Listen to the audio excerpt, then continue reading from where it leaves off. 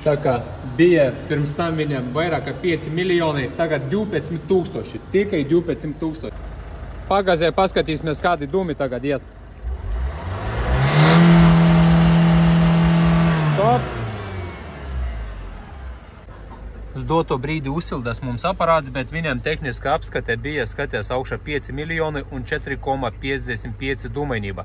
Pārtaisījām programmatūru, mērīsim tulītās dūmus. Ir pielikts analizatoris, tulītās paskatīsimies, kādi būs dūmi.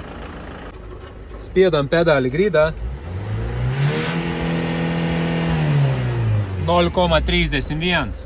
Šitā mašina nevarēja iziet tehniskās apskates gan daļiņas, gan dūmainības dēļ. Atbrauca pie mums, lai mēs to visu noverstumiem. Tātad šitai mašinai mēs varam, tā kā ja jums ir Citroens, motoriņš šitai mašinai kaut kāds 15-16 gads, ir iespējams gan dūmainība, gan daļiņas samazināt. Skatieties, kādi ir, piemēram, daļiņas.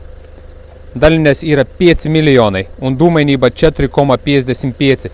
Pēc mūsu darbībām ar šito mašinu dūmainība 0,24 un daļiņas nācat paskatīsieties, kādas daļiņas tagad ir.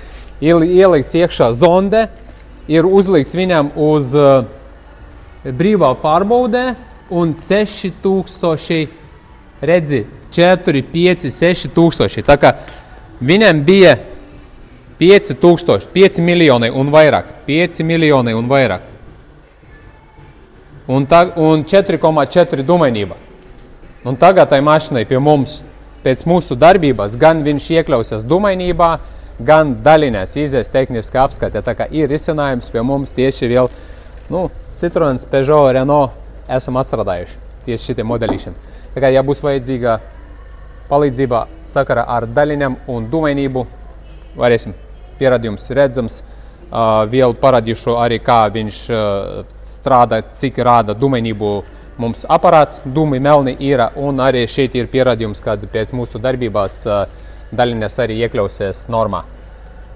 Ir ok, šitais ir punkts liekams pie šita Citroena. Strādāsim pie nākošajām mašinām.